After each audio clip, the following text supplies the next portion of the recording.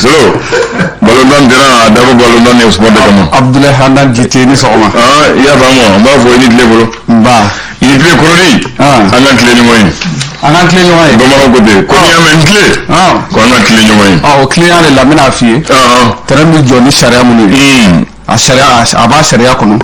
balontan bi kaka concert bi kaka culture bi kaka fe chama be mu bi kaka ouais mais a joro mun de ma folo terrain joro mun de kama bi ni ga Ablaye ay angana la mun terrain jora ni ko terrain déjà ni ko nga ay na ko terrain balontan terrain ni ko terrain balontan terrain dronte voilà parce que ni stade omnisport de ouais omnisport balontan bi kala volley bi kala piscine ba kono fembe ba kono o yoroi ko kayte ambe veti machine fana omnisport o fana omnisport piscine la voilà piscine bola piscine ba kono on vola veti machine non veti mas piscine ba Ablaye Allah ko le ma do wanta rodu les chauffeurs ko me wanta rodu piscine ba kono ni dona dam coincé ni IMGS là ni dona faudrait gauche faire piscine ya o le ko do piscine ko ndaba non oui yes la titerema ata IMGS ko no ya ba IMGS ko ndre wo dam gune be IMGS là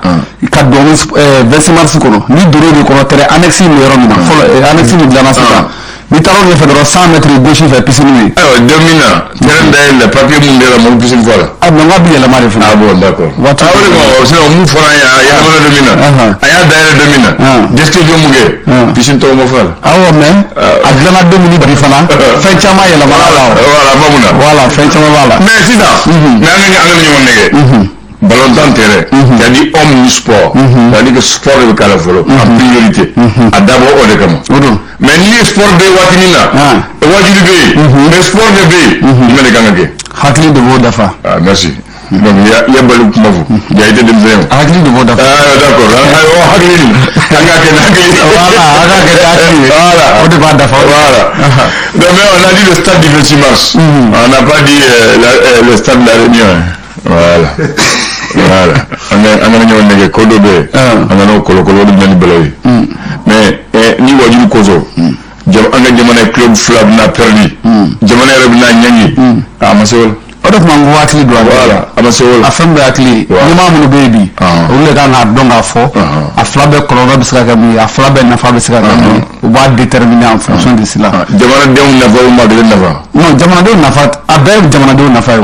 wajibu mbeke gobe do jamana kene wajibu se kene no fo ma kuma teme no ngo bi ni proposition na fara na proposition gabi sad kilen be bi na be se ka compétition mun bi ke jamana wara be se ka na jouer fait na be se ka jouer terrain kan 26 mars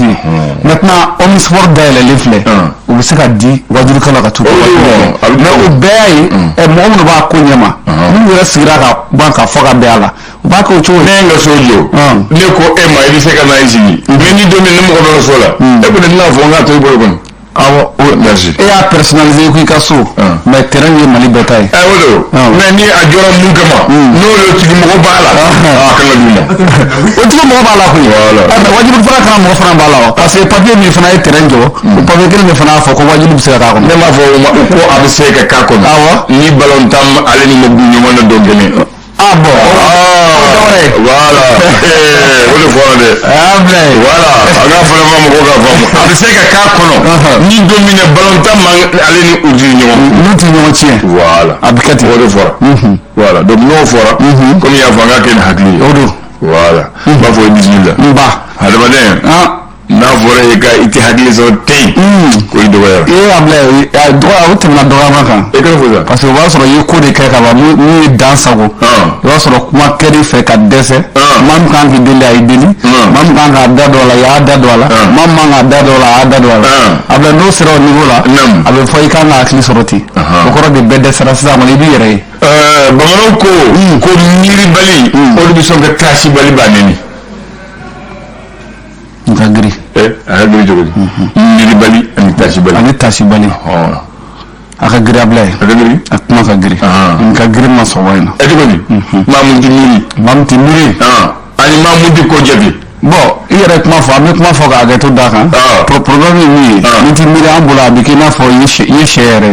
parce que déjà hakili yɛrɛ t'i la parce que a bɛɛ bɛ hakili in de dɔn fɛ bilen mɔgɔw kɔni tɛ miiri dɔw kɔni tɛ gasi dɔn n ti gasi dɔn aw fila a bilen i bɛ dan sago gasibali ye n tɛ gasi dɔn o bɛ ni kɔni tɛ miiri o bɛ dan sago de ye a fila bɛɛ b'o kan a bɛ dan sago parce que adamaden i mana kɛ cogo cogo danyɔrɔ dɔ de b'i la kuma fɔ yɔrɔ dɔ de b'i la a fɔ waati de b'i la fana o ye adamadenya kɛcogo ye mamuso ko marabali ani molobali muso bɛ tulonkɛ kɛ olu bɛɛ ma kelen kana bɔ non a bɛɛ ma kelen cogo di parce que maa min n'i mara la i tɛ se ka kɛ molobali ye parce que ni mara tiɲɛna de b'i kɛ molobali ye a bɛɛ kelen ko marabali ani molobali ko bɛ se ka tulonkɛ kɛ olu bɛ taama ɲɔgɔn yɛrɛ ye taama ɲɔgɔn na Alahu Akibaru pied droit ni pied gauche don o tɛ fɔ ɲɔgɔn kɔ yɛrɛ bisimila Ablaye naam bi ye tarata ye octobre kalo tile 4 naam san 2022 an bɛ don gafe kɔnɔ bi sɔgɔmada in na ka se k'u fɛsɛfɛsɛ cogoya minnu na o siratigɛw la an b'a daminɛ ni le malien ko malien le malien malien ne malien donc an ka fɔ fasoden an ka fɔ fasoden ko ale kumara kɛrɛnkɛrɛnnenya la ivoirien ka finitigilaka 46 minnu minɛnen bɛ Mali bolo ni waati laban min na ko n'i ye jateminɛ an b'a fɔ min ye CEDEAO n'o ye communauté économique des états de l'Afrique de l'Ouest olu ka ciden kɛrɛnkɛrɛnnen tun ye taama bere ta k'u kun ɲɛsin min ye Bamakɔ yan ma Ablaye mun bɛ tali kɛ président n'o ye Ghana président ye Nana Addo Akufo ka bɔ Ghana Adama Barrow ka bɔ Gambie ale ni Togolaw ka ministre ɲɛsinnen bɛ u ka jamana cɛfɔli ani jamana wɛrɛ cɛfɔli ni ɲɔgɔn cɛ olu ka taamaw la Ablaye u nana ka na se min ye Bamakɔ yan fo ka taa se min ye Goodluck Jonathan ma Ablaye k'u nana cogo min k'u segira o cogo kelen na k'u na cogo kun tɛ dɔwɛrɛ ka se ka fɔ ka bɛn kɛ yala fɛɛrɛ bɛ sɔrɔ cogo min na sɔrɔsi kofɔlen n'o ye 46 minnu bɛ ne b'an ka cɛmancɛ fan mɔgɔw fɛ olu ka se ka labila cogoya min na Mali ni Côte d'Ivoire cɛ kana se ka seere kosɛbɛ k'u siratigɛw de la k'u nana cogo min sigira o cogo la ka musɔrɔ k'u nana k'u ni an ka jamanakuntigi n'o ye an ka cɛmancɛ fanga ɲɛmaaba ye ko Asimi Goyita u ye ɲɔgɔn ye a ɲɔgɔn ye kɔfɛ k'u bɔlen kɔfɛ bɛɛ kɛra bɔ ye u ma lasili kɛ maa si ye u ma kuma maa si fɛ k'o de kama k'a fɔra ko sɛbɛnnikɛla y'a fɔ cogo min na qu'ils sont rentrés bredouilles u nana cogo min u bololaŋolon segira Ablaye an bɛ to fasoden kɔnɔ mun ye kɛrɛnkɛrɛnnenya la ɲɔgɔn lajɛrɛ tako 97 n'an b'a ma ko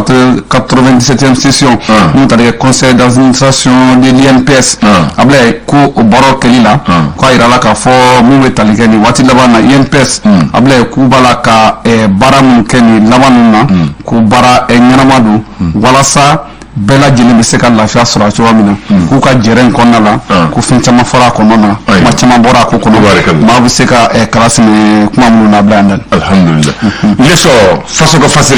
ka fasiri ale kumana conseil national de transition CNT olu fana ka jɛrɛ jɛkulu n'u bɛnnen don nin kalo in ma ka ɲɔgɔn ye minnu kan ka kɛ walasa ka se ka kuma ɲɔgɔn kɛ ko kɛnɛ kan CNT ɲɛmaaba n'o ye colonel Malik Jalo ale kɔni foli kɛrɛnkɛrɛnnen ta k'a ɲɛsin mun bɛ tali kɛ colonel Asimi Goyita ma n'ale y'an ka cɛmancɛ fanga ɲɛmaaba ye a bɛ baara min na a n'a ka yeta ye min ye walasa Mali bɛ se ka taa ɲɛ cogoya minnu na k'o baara kɔni ko o taabolo k'a ka ɲi kosɛbɛ Ablaye Andani. Le reporter ale ye mun fɔ de reporter Ablaye ale kumara k'a yira k'a fɔ mun ye Mali ale ni Guinée i b'a dɔn bila ko tɛ k'a fɔ ni jamana fila bɛ ɲɔgɔn bolo a mɛnna ko siratigɛw la Guinéw ka yɛrɛmahɔrɔnya san fɛti hukumu kɔnɔna la n'o ye Guinée n'ale ye san 64 sɔrɔ n'o bɛna karido ma octobre kalo tile 2 san 2022 ko siratigɛw la Mali ma to kɔ a baaraw kɛli la o siratigɛw la ko n'i y'a jateminɛ sa Mali kɔni y'a ka maa caman bɔ min ye Bamakɔ yan kɛrɛnkɛrɛnnenya la an b'a fɔ an ka gouvernement kunda walasa u ka se ka taa kɛ seereya ye Guinéenw ka san 64 o fɛti o la o siratigɛw la an ka ministre min bɛ la ka gouvernement ministre min bɛ yen n'o ye colonel Ablaye Mayiga n'ale ye gouvernement ɲɛmaaba ye n'a b'a la ka docteur Sogɛl Kokala Mayiga nɔra bila fɔlɔ ale tun bɛ kɛnɛ kan o siratigɛw fana na mun ye baara ninnu ko mun ye colonel Ablaye Mayiga a kelen ma bɔ yan ka taa ko a tatɔ la n'o bɛnna juma dɔ ma septembre kalo tile 30 o ma ani gouvernement ma caman olu kɔni u senfa biribiri kɛ ka se ka taa mun ye Guinéenw dɛmɛ u ka san yɛrɛma fêtew la ko siratigɛw la k'a fɔ ko min ye an ka premier ministre n'ale b'a la ka premier ministre docteur Sogɛl Kokala Mayiga ale nɔra bila ale ni maa minnu tun bɛ ɲɔgɔn fɛ o y'an ka CNT ale ɲɛmaaba ye n'o ye colonel Maliki Diaw an ka ministre ɲɛsinnen bɛ taamako ma ale fana tun bɛ kɛnɛ kan n'o ye Danbele Madina Sisoko fo ka taa se an ka ministre min sigilen bɛ ka se ka Mali ale ni jamana wɛrɛ cɛko kuma k'olu fɔ n'o ye Ablaye Diop ko ale fana tun bɛ kɛnɛ kan an ka sɔrɔko ni musakako ministre Alfuseni Sanu ale fana tun bɛ kɛnɛ kan an ka ministre min ɲɛsinnen bɛ an ka dugu jukɔrɔ nafoloko kan ale ni ji ale ni kuranko la Lamine Seydou Traoré ko ale fana tun bɛ kɛnɛ kan o yɔrɔ la ka se mun bɛ tali kɛ ministre min ɲɛsinnen bɛ cako ma waati ninnu kɔnɔna la ale ni kumaɲɔgɔnya ministre n'o ye Jara Awa Paul Diallo ale tun bɛ kɛnɛ kan ka kun cɛ ni ministre min ɲɛsinnen bɛ nin waati kɔnɔna in na an b'a fɔ min ye cɛmancɛ fanga ale ka cabinet o ma n'o b'a wele ko commandant Demba Ndaw k'olu bɛɛ lajɛlen u senfa biribiri ka se ka taa Guinée ka taa baara ninnu bila sen kan Ablaye reporter kumara fana mun ye Niger ale président kan kuma in bakuruba ye mun ye ko Bazoum Sirabatɔ ko tɛ dɔwɛrɛ ye waati laban ninnu na min ye maa minnu b'a la k'a kɔlɔsi a ka baaraw kɔnɔna la a ka jamanakuntigi ka baaraw kɔnɔna la n'o ye Nigériens ye k'olu bɛɛ lajɛlen falen ka na ni tubabuw ye ko kɔrɔ b'a jira k'a fɔ nin waati laban ninnu na k'a b'a la ka siran fama bindo fanga tɛ yen o ta ye ala nani jinɛ ni kan bi dominer bibi l'indicateur de renouveau ale ko école ta a y'i da dɔ la ka yira k'a fɔ école 1700 Ablaye ko hali n'a sɔrɔ école ta daminɛna olu kɔni tolen bɛ datugulen nin waati laban ninnu na n'o tali kɛ an ka premier ministre par intérim ko nin waati kɔni kɔnɔna la école ko bɛ école ko daminɛ ni sisan cɛ kungo ko ale kɔni b'a la ka fɛɛrɛ ɲini walasa degun minnu bɛ école karamɔgɔw kan écoledenw ani écoleden somɔgɔw kan k'a b'a la ka fɛɛrɛ ɲini o ko bɛɛ lajɛlen na walasa u bɛ se ka ɲɛ sɔrɔ cogo min. Nouvelle Horizon ale kumara kɛrɛnkɛrɛnnenya la ni a ta ka jateminɛ sa ko mun bɛ tali kɛ ɲɔnu ale mara kɔnɔna la o siratigɛw la mun ye maa minnu sigilen bɛ o mara kɔnɔna na nin waati laban ninnu na olu kɔni ka nisɔngoya yira ka yira k'a fɔ mun ye kɛrɛnkɛrɛnnenya la an ka donso minnu bɛ yen k'u b'a la ka baara kɛ cogoya min na ko o baara kɔni taabolo min diya k'olu kɔni b'a ɲini nin waati min na ko ni min ye groupe djihadiste Ablaye k'u ka accord dɔ signé k'u bolonɔ bila sɛbɛnna walasa min ye population olu bɛ se ka lafiya cogoya minnu na Ablaye an bɛ to Nouvelle Horizon kɔnɔ k'a yira la k'a fɔ min ye Mahmoud Dicko k'ale kɔni hakilina ta ka se ka a ɲɛsin nin waati na mun ye au conseil islamique mɔgɔw ma ka yira k'a fɔ k'u kan ka jɔdon kɛ nin waati laban nin kɔni kɔnɔna la nka ko baaraw siratigɛ la k'u kɛlen don ka wele bila Mauritanie karamɔgɔw Burkina Faso Niger ale ni Mahmoud Dicko fo ka taa se Aïdara ma k'u kan ka ɲɔgɔn lajɛrɛ kɛ ka se ka dugawu kɛ jamana ye. Les Échos wele ale kumara école dayɛrɛ kan nin waati in na ko école kɔni taara kunungo n'o bɛna tɛnɛndon ma octobre kalo tile 3 sanba 2022 écoledenw kɔni ye école sira minɛ ko ka kɛɲɛ n'a ye an b'a fɔ ko Segu ko a yira la k'a fɔ jateminɛw kɔni y'a yira k'a fɔ école tacogo kɔni ma ɲɛ min ye Segu ka olu fɛ yen nɔ ka kɛɲɛ n'a ye k'a fɔ min ye écoleden 5 olu kan ka na mun ye batigɛ o siratigɛ la ka se ka na Bamakɔ yan ka n'u ka kalantɔ kɔni bila ba la ko batigɛ in kɔni ma ɲɛ olu bolo ko a maa kofɔlen bɛɛ lajɛlen kɔni tora ji la ko Segu kɔni ye école tora daminɛ ni sukoya ye Ablaye ka to école ko kɔnɔ hali bi ko mun ye baaraw ko n y'a jateminɛ mun ye kalamɔgɔw olu tun ye hakilina dɔ ta walasa k'u bɛ taa grève la k'u ni an ka ɲɛmɔgɔ kumanen kɔfɛ u y'o bɔ a ma grève bɔlen kɔfɛ a ma u tun ye tile 8 ta ko nka école karamɔgɔw olu tun sigilen bɛ n'u ye k'a fɔ article 39 n'a b'u ka sariyaw kɔnɔna la k'o baara ka bila sen kan ko sinon don n'a nataw la école ko na ɲɔngiri. l'indépendant b'a kunche. L'indépendant b'a kunche ni farikolo ɲɛnajɛ Ablaye Andan. Ale kumana kosɛbɛ stade du 26 mars ale kan ka yira k'a fɔ mun ye Mali ale kan ka bɔ mun ye compétition africaine na ka se ka dolantan kɛ ko stade kelen bɛ yen bi n'ale bilalen don ni ballon bɛ se ka taa kɔnɔ ni kɔfɛ ballon bɛ se ka taa kɔnɔ k'o ye stade du 26 mars ye ko nka dɔgɔkun laban nata in kɔnɔna la k'a yiralen don k'a fɔ mun bɛ tali kɛ compétition africaine baara mun kan ka kɛ sibiri don RS de Bamako ale kan ka jouer SOFOC ale ɲɛkɔrɔ kan ka bɛn sibiri ma n'o dolantan banna dimanche don Joliba AC ale fana kan ka jouer CS Belouizdad o kama ko nka Ablaye ko ne y'a ta k'a lajɛ ko a ko bɛ kuru ɲɔgɔn na kosɛbɛ ko ka kɛ n'a ye k'a fɔ ko Mawuludu ko fana dɔgɔdalen don ka bɛn ni su min ye dimanche su ka dugu jɛ sibiri la n'o bɛna bɛn octobre kalo tile 8 ma ko bɛɛ lajɛlen fana kan ka kɛ stade 26 mars kɔnɔna la ko nka sɛbɛnnikɛla ye min fɔ ko balontan terrain k'a jɔra ko walasa balontan de ka k'a la ko wajibi kɛyɔrɔ tɛ ko nka k'u kɔni sigilen bɛ k'a fɔ ko an ka ɲɛmɔgɔ k'u na fɛɛrɛ bɛɛ lajɛlen kɛ walasa balontan walima wajulu k'a kelen dɔrɔn kɔni na kelen kɔni na kɛ n'o ye stade 26 mars kɔnɔ jumɛn de bɛ kɛ sa Ablaye ko ɲininkali tɔ min bɛ yen. ala sigi bolo. ko ka to farikolo ɲɛnajɛ ko hukumu kɔnɔna la Ablaye an bɛ taa sigida 4nan na sigida 4nan donc n'o ye balontan sariyako bɛɛ lajɛlen bɛ daminɛ o yɔrɔ la n'an k'a ma ko district 4 ale ɲɛmaaba n'o ye président Kunkun Kanute ale kɔni ye san o san ni district sigira olu kan ka ɲɔgɔn lajɛrɛ kɛ walasa ka se ka baaraw ɲɛfɔ baara minnu kɛra minnu ma kɛ ani minnu kan ka kɛ ka ɲɛfɔli kɛ bureau maaw ye ka kunnafonidilaw wele k'u kɛ k'o baaraw kɛra sibiri tɛmɛnen